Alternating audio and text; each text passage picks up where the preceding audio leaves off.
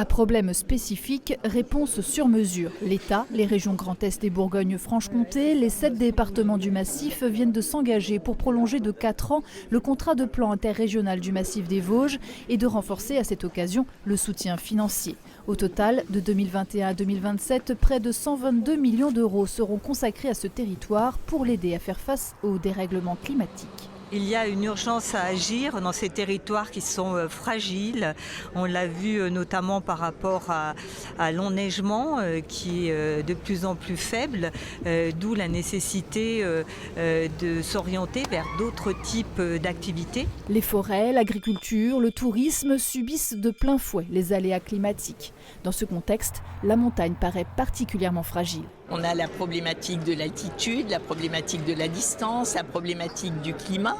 On peut considérer que ce sont des handicaps, mais c'est aussi une chance. Le contrat de plan réunit tous les acteurs politiques et encourage des actions communes au-delà des frontières habituelles pour plus d'efficience. L'idée étant de préserver les ressources et de former les agents de terrain. Nous avons la volonté à la fois de réfléchir à l'avenir de la nature, qui occupe une place extrêmement importante dans les Vosges, à la place de l'homme dans cette nature, c'est notamment toute la problématique de l'agriculture de montagne, et puis à réfléchir à l'attractivité, avec évidemment de formidables atouts ici, mais en même temps quelques inquiétudes qui peuvent être liées parfois à la surfréquentation, à d'autres endroits aussi par la nécessité de renouveler les acteurs touristiques et de leur donner une visibilité là où, par exemple, le réchauffement climatique inquiète certains d'entre eux.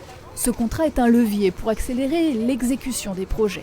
Ce fut le cas par exemple de l'isolation du bâtiment touristique du col de la Schlourte.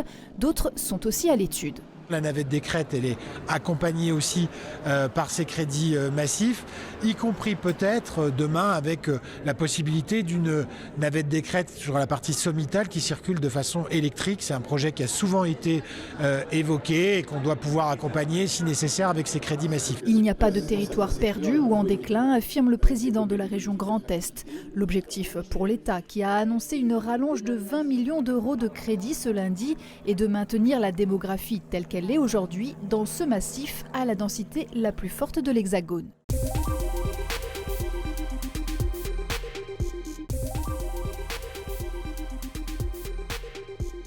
Les températures sont en baisse, mais le service routier du département est prêt pour affronter l'hiver. À la Chapelle-Saint-Luc, 4000 tonnes de sel sont disponibles en cas de gel, de verglas ou de neige. La mise en place de ce service nécessite une forte mobilisation du personnel. Pendant le service d'hiver, nous avons une organisation bien spécifique.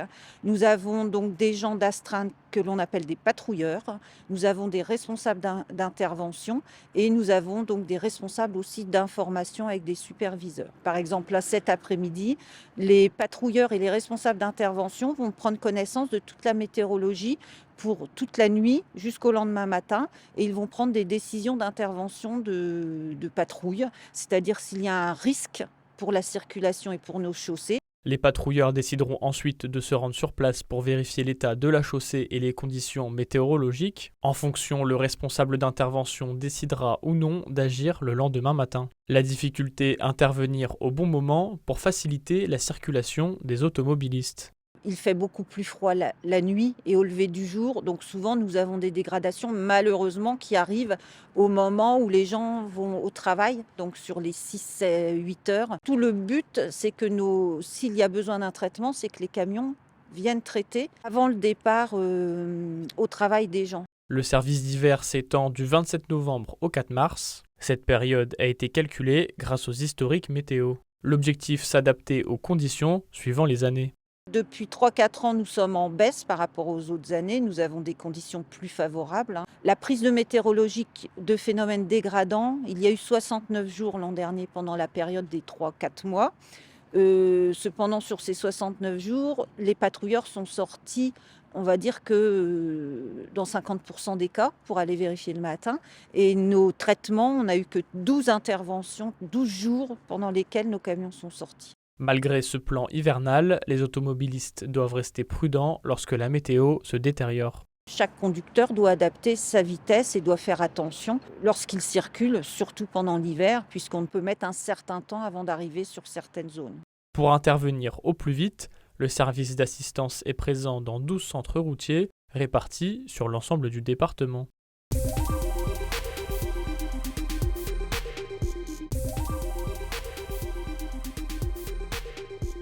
On va la positionner là-bas au coin. Elle va prendre l'ensemble du parvis. Comme ici, 5 autres lieux de Rémy vont être équipés de caméras de vidéosurveillance. Le maire tient à garder un œil sur ce qu'il se passe dans les rues de sa ville. L'année dernière, ce sapin a été saboté. Quelqu'un est venu couper une guirlande et a fait que le sapin s'est éteint. À partir du moment où la vidéoprotection sera installée, ça pourra dissuader de venir faire des incivilités. La commune observe une augmentation du nombre de cambriolages privés cette année. La gendarmerie en recense 12 à ce jour contre 5 l'an passé. Pour autant, la loi oblige l'orientation des caméras sur l'espace public à l'image du centre de sport de loisirs de la commune. C'est à cet endroit que 5 des 18 caméras vont être installées, mais aussi sur le lieu de culte du village. Écoutez, j'en voyais pas l'intérêt. Ça fait pratiquement 30 ans que je m'occupe de cette église et on n'a jamais eu de problème jusqu'à là, quoi. Et ce qui s'est passé, ils ont pénétré à l'intérieur de l'église en rentrant par l'arrière, en cassant 5 barillet. Une caméra, il y en aura une devant, une à l'arrière. Au moins on pourra voir les allées et venues. Un dispositif de surveillance 24 heures sur 24 capable de lire les plaques d'immatriculation à plus de 130 km/h. Les 4 entrées de Rémy seront alors quadrillées par une caméra chacune, un déploiement qui fait l'unanimité des personnes interrogées. Moi j'ai constaté qu'il y a beaucoup plus de cambriolage, donc ça permet à la gendarmerie de visualiser ces caméras, ces films. Parce qu'il y a tellement de cambriolage à Rémilly, donc ça serait très bien. On pourra retrouver les voleurs. Un sentiment de sécurité, ni plus ni moins. Ouais. C'est pas une intrusion dans la vie privée pour moi, puisque là c'est sur la voie publique. La mise en place des 18 caméras de la commune de 2200 habitants représente un coût de plus de 100 000 €. Actuellement, le projet est à l'étape de financement.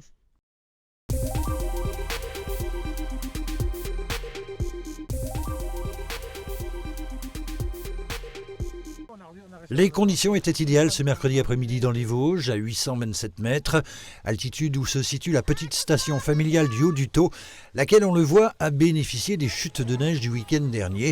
Et il n'en fallait pas davantage pour que les bénévoles de l'association qui la gère et l'ont fait revivre depuis 2018, après 20 ans d'inactivité, en profitent donc pour ouvrir leur unique piste, non seulement ce mercredi, mais déjà dimanche dernier. C'était une grande première, on s'est décidé avec les copains le samedi soir à 18h et puis on s'est dit bon on verra, il y aura ce qu'il y aura comme personne et puis voilà, on a eu une journée mais 150 personnes voire plus, il y avait la queue, on n'avait pas des conditions aussi belles qu'aujourd'hui il faut avouer mais les gens étaient ravis, alors c'était gratuit. Mais les gens étaient tellement contents que certains nous donnaient de l'argent en disant continuez et franchement, c'est le plus beau remerciement qu'on peut nous faire. Et le petit plus de la station, c'est ce fil-neige, plutôt respectueux de l'environnement. C'est certainement le premier fil-neige en France ou dans les Vosges, c'est sûr. En France, c'est également pratiquement sûr, voire en Europe, voire dans le monde. Donc c'est un fil-neige dont l'énergie est produite par des panneaux photovoltaïques que vous voyez derrière moi. Donc on capte l'énergie solaire, on stocke dans les batteries et puis les batteries, on recrée un 230 volts qui nous fait marcher notre fil-neige. Un peu retors ce fil-neige qui s'est fait prier le temps que les batteries soient suffisamment chargées. Huile de coude obligatoire pour transporter les enfants en haut de la piste. Oui, ça se voit, je suis un peu soufflée de la remontée. C'est compliqué, hein ? Oui, quand même. Il est de nouveau opérationnel, vous allez en profiter un peu ? Oui, bah surtout eux. On fait ce qu'on peut pour monter. Hein. On en profite quand même ? Bah oui, bien sûr, surtout avec le soleil. Ouais, ça fait plaisir de faire du ski là. Ça y est ? Après quelques minutes enfin, ça y est, ça fonctionne. Il suffit alors de bien s'accrocher. Ce mercredi, il y avait encore une quarantaine de personnes à profiter du manteau blanc. C'est sympa pour les petits, c'est cool, c'est familial, c'est tranquille. C'est bien pour apprendre. La petite station est donc officiellement la première de la saison à avoir accueilli les skieurs, puisque du côté des plus importantes comme la Bressonnec, Gérardmer et Domaine Larsenaire à Busan, la couche de neige est jugée insuffisante, 30 à 40 cm. Pas d'ouverture donc prévue ce week-end. On préfère d'ailleurs attendre et préparer sereinement les vacances de Noël, en se réservant toutefois la possibilité d'anticiper si vraiment les conditions s'y prêtent, plutôt que prévu.